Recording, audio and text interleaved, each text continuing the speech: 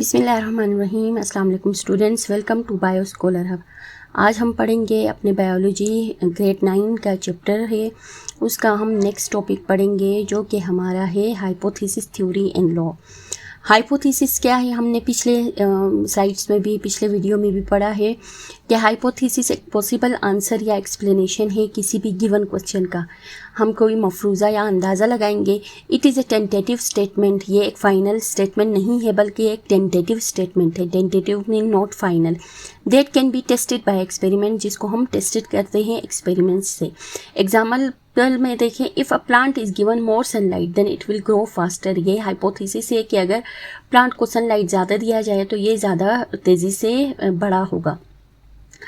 Hypothesis के की points क्या हैं? अ गेस और पॉसिबल एक्सप्लेनेशन है ये नॉट प्रूवन है, इसके को हम इसको बार बार टेस्ट कर सकते हैं। हाइपोथेसिस के बाद थ्योरी आएगी। थ्योरी क्या है? A theory is well tested explanation of some aspects of nature. यानी ये वेल टेस्टेड एक्सप्लेनेशन है किसी भी हाइपोथेसिस का। It is based on many test, facts, observation and experiments पे थ्योरी बेस करेगी। फैक्ट्स पे बेस करेगी, ऑब्जर्वेशंस पे, एक्सपेरिमेंट्स और टेस्ट पे। For example, the theory of evolution explains how living organisms have changed over time.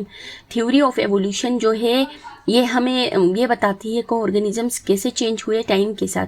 ये कैसे proof होता है? सपोर्टेड बाय फॉसिल्स से, डीएनए एविडेंसेस से और अदर ऑब्जर्वेशन से ये थ्योरी इसको सपोर्ट करती है, थ्योरी ऑफ एवोल्यूशन को। थ्योरी क्या है? वेल टेस्टेड है एंड सपोर्टेड बाय एविडेंस है। Explain a wide range of observation है, इसको हम अच्छी तरह टेस्ट करते हैं और ये सपोर्ट करता है, एविडेंसेस इसको सपोर्ट करते हैं। Explain wide range of observation और can be change if new evidence is found. और ये चेंज हो सकता है अगर कोई नया एविडेंस मिल जाए। Theory.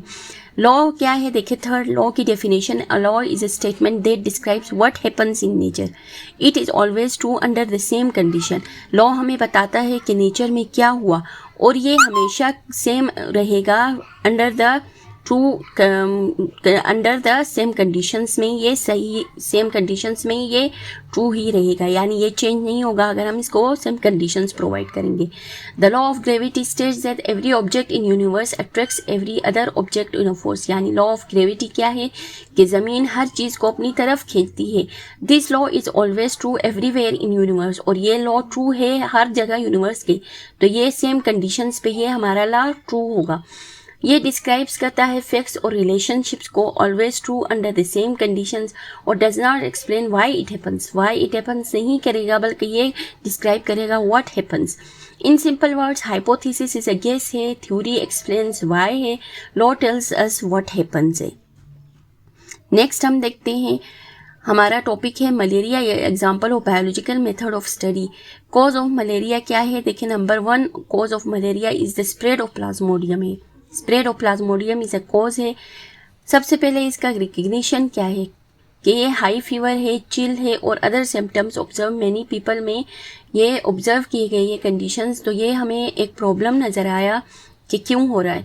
Observation and hypothesis, scientist observe patterns and hypothesised that parasite transmitted by mosquito cause malaria.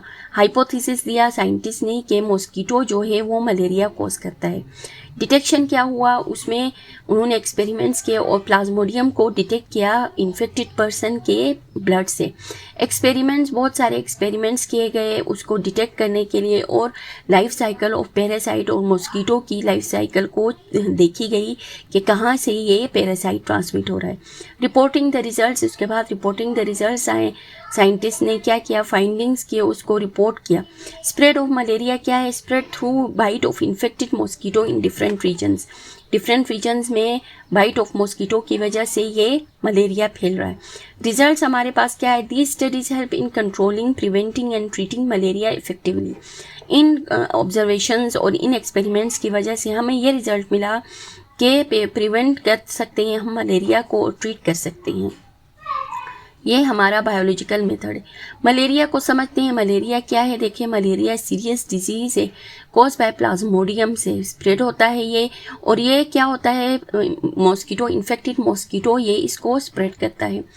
Malaria major health problem है बहुत से पार्ट्स ऑफ द वर्ल्ड में, स्पेशली इंडिया में।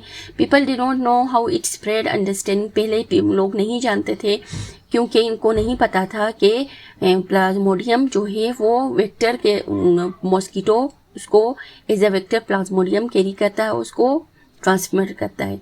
कॉजेज ऑफ मलेरिया क्या है? कॉज बाय प्लाज्मोडियम पैरासाइट्स है, many types है plasmodium के, पी वाइवेक्स है, फेल्सिपेरम है, मलेरिया है और ओवेल है।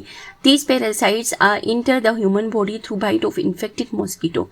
स्प्रेड ऑफ मलेरिया हमने पहले पढ़ा, इन्फेक्टेड मॉस्किटो के ज़रिए जब ये बाइट करेगा तो ये अपने उसके साथ ह्यूमन के अंदर ये ट्रांसमिट करेगा मॉस्किटो पैरासाइट्स को। लाइफ साइकिल क्या है? जब ये इंटर होगा ह्यूमन के अंदर तो ये ग्रो करेंगे, लीवर के अंदर मल्टीप्लाई करेंगे और ये रेड ब्लड सेल्स के अंदर जाएंगे, जिसकी वजह से रेड ब्लड सेल्स इरप्ट होंगे, फीवर, चिल और हेडेक और वॉमिटिंग होगी। ये मलेरिया का एक्सपेरिमेंट्स किए थे रोनाल्ड रोज ने 1897 में एक्सपेरिमेंटेशन किए एनोफिलीज पे ऊपर, क्योंकि यही मॉस्किटो है जो मलेरिया के वेक्टर के तौर पर काम करता है और मलेरिया के प्लाज्मोडियम को ये ट्रांसमिट करता है। रोज ने क्या किया? Collected anopheles mosquito, malaria areas जहाँ पे मलेरिया ज़्यादा था वहाँ से एनोफिलीज मॉस्किटो कलेक्ट किया। He allow female mosquito feed on blood of malarial patient के ऊपर उसने उसको अलाउ किया फीड करे। सम डेज के बाद उसने डाइसेक्ट किया उसके स्टमक को, मलेरिया उसके मॉस्किटो के स्टमक को, और उसने क्या ऑब्जर्व किया? राउंड बॉडीज जिसको ऊसिस्ट का नाम दिया उसके स्टमक पे मौजूद थे। कुछ दिन और गुजर गए, उसने फाउंड किया कि ये ऊसिस्ट कन्वर्ट हुए स्पोरोजोइड्स में, स्लाइवरी ग्लैंड ऑफ मॉस्किटो में ये कन्वर्ट हो गए। Rose concluded that the parasite developed in mosquito and is transmitted to human through its bite. Bite के थ्रू मॉस्किटो के अंदर से ये पैरासाइट ह्यूमंस में ट्रांसफ़र होगा।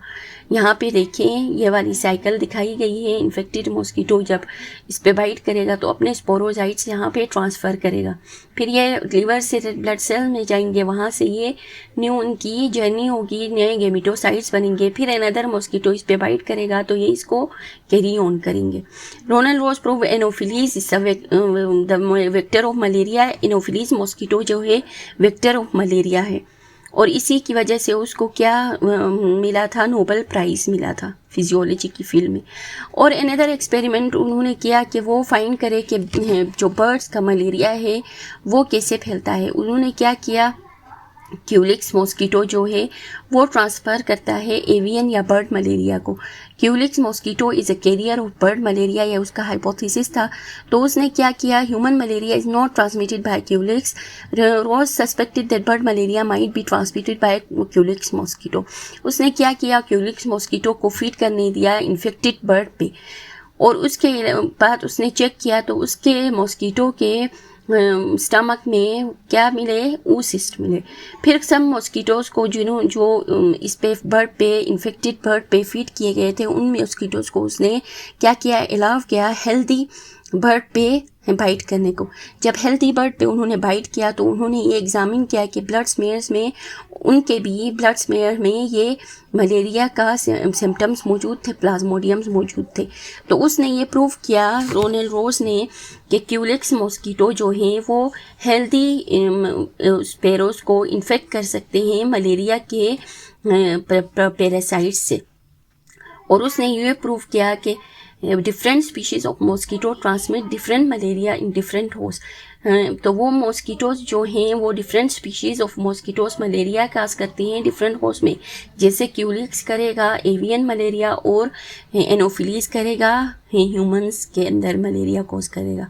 तो ये था आज का हमारा लेक्चर। उम्मीद है आप लोगों को समझ में आएगा। Thanks for watching my channel. Please like share and subscribe ज़रूर करें और नेक्स्ट वीडियो को ज़रूर देखें।